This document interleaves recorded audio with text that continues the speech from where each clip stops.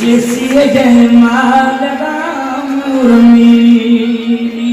इस तरह से ये भाव प्रदान। राम कथा में भक्तों का उमड़ा जनसैलाब। आगरा के कस्बा इरादत नगर के समीप प्रथला गांव में चल रही थी राम कथा।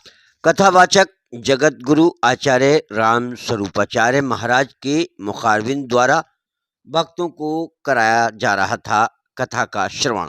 राम कथा के चौथे दिन राम विवाह कराया गया।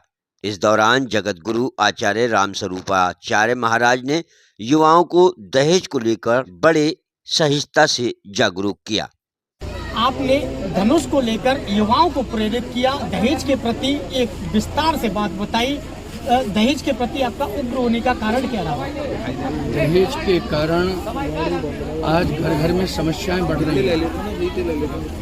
पुत्री का पिता दहेज देने में असमर्थ हो जाता है तो वो समय से अपनी बेटी का हाथ पीला नहीं कर पाता है, तो बेटी भी रोती है, पिता भी रोता है, घर के सभी लोग रोते हैं। और दहेज को देकर के जो भी पिता अपनी पुत्री की विदा करता है तो पुत्री दहेज को लेकर के जाती है, इसके बाद भी ससुराल में सुखी नहीं रह पाती है। इसका मूल कारण ये है कि दहेज लेने वाले लोग दानव होते हैं, इंसान नहीं होते हैं, देवता नहीं होते हैं, वो दानव ही होते हैं। चाहे जितना दहेज दे दो लेकिन दानवों के यहाँ कोई सुखी नहीं रह सकता है। इसलिए दहेज रूपी दानों का मैं विरोध करता हूँ और बिना दहेज की शादियाँ होनी चाहिए। उस दहेज रूपी धनुष को ना कोई बलवान तोड़ सकता, ना पहलवान तोड़ सकता है, देश का नौजवान तोड़ सकता है। गुरुजी, आप सनातन का प्रचार प्रसार कर रहे हैं। कहा जाता है कि मोदी राज में सनातन बढ़ता जा रहा है।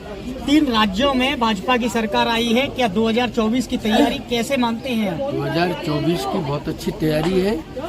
मोदी जी ही प्रधानमंत्री बनेंगे और जब वो प्रधानमंत्री बन जाएंगे तो मुझे पूरा विश्वास है कि जो भी और समस्याएं रह गई हैं, जैसे ऐतिहासिक मुद्दों पर उन्होंने बहुत अच्छे डिसीजन दिए हैं। 370 धारा को उन्होंने खत्म किया। राम जन्मभूमि पर दिव्य मंदिर निर्माण में उनकी अहम भूमिका रही।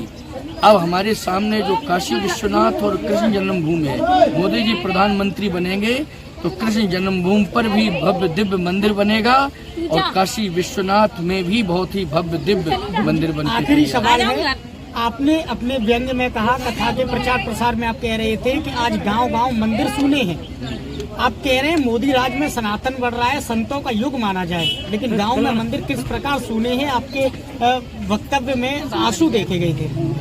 गांव में जो मंदिर हैं वो गांव के लोगों की जिम्मेदारी होती है। सरकार कितने स्तर पर सहयोग कर सकती है ये तो समय बताएगा, लेकिन पहला दायित्व है कि गांव के लोगों ने मंदिर बनवाए हैं तो हम लोग जैसे अपने घर परिवार को सजाते हैं, घर को बनवाते हैं, वैसे ही हमें गांव के मंदिर को भी सामूहिक रूप से सहयोग करके बनवाना चाहिए। और गांव के लोग मंदिर निर्माण में गांव-गांव के राम जन्मभूमि पर तो भव्य मंदिर निर्माण हो रहा है, लेकिन मैं तो कहता हूं कि गांव-गांव के मंदिरों का निर्माण होना चाहिए। इस प्रकार की जागृति घर